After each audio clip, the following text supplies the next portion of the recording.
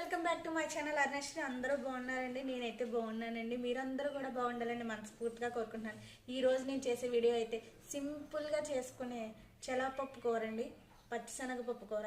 అది మీరు ఎలా చేసుకుంటామన్నది మీతో షేర్ చేసుకుంటాను. మీరు ఎలా చేసుకుంటారన్నది నాతో కామెంట్ చేసి షేర్ చేసుకోండి. ఈ వీడియో ఎక్కడ స్కిప్ చేయకుండా చూడండి. చాలా ఈజీ అండి, సింపుల్గా 10 మినిట్స్లో మనం చేసేసుకోవచ్చు. అది మీతో షేర్ చేసుకుంటున్నాను. పచ్చిశనగపప్పు ఒక గ్లాసు తీసుకున్నానండి. తీసుకుని అది కప్పులో వేసాను, నానబెట్టి ఉంచాను. టైం లేకపోతే అలాగే చేసుకోవచ్చండి.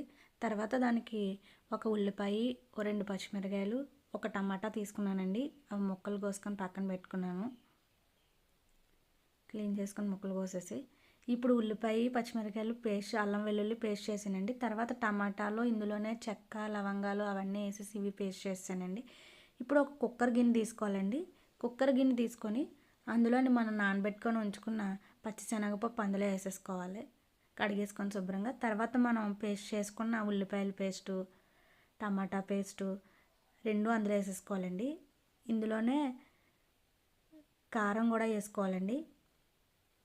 మన టేస్ట్కి సరిపడినంతగా కారం, పచ్చిమిరకాయలు వేసుకున్నాం కాబట్టి నేను 2 స్పూన్లు కారం తీసుకున్నానండి. ఇప్పుడు ఇందులో సాల్ట్ మనం ఉడికిపోయిన తర్వాత వేసుకుందామండి. దీన్ని మునిగేంత వరకు ఒక గ్లాసున్నర వాటర్ వేసానండి. 5-6 విజిల్స్ రానివ్వాలండి కుక్కరు. ఇది విజిల్స్ వచ్చే లోపల మనం పోపు తాలింపు పెట్టడానికి చేసుకుందామండి. ఈ లోపల తర్వాత కుక్కర్ స్టవ్ మీద పెట్టానండి. 5-6 విజిల్స్ వచ్చేంత వరకు చూసుకుందాం. పప్పు ఉడికిపోయిందండి. ఇప్పుడు శనగపప్పు, పచ్చిశనగపప్పు ఇది మెత్తగా మెదపకూడదండి, బద్దలా తగులుతూ ఉంటేనే బాగుంటుందండి టేస్ట్.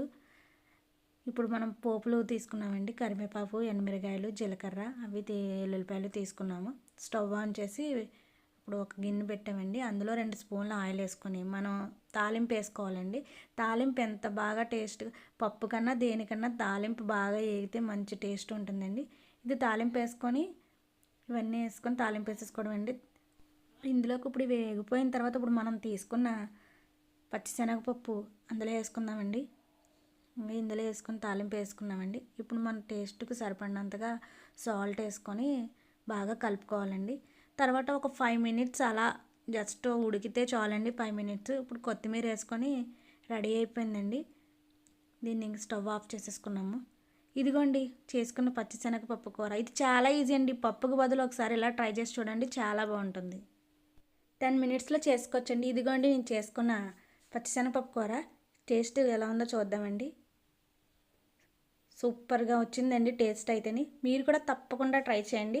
ఎలా ఉందో నాకు కామెంట్ చేసి చెప్పండి. ఈ వీడియో నచ్చితే లైక్ చేయండి, షేర్ చేయండి. Please subscribe.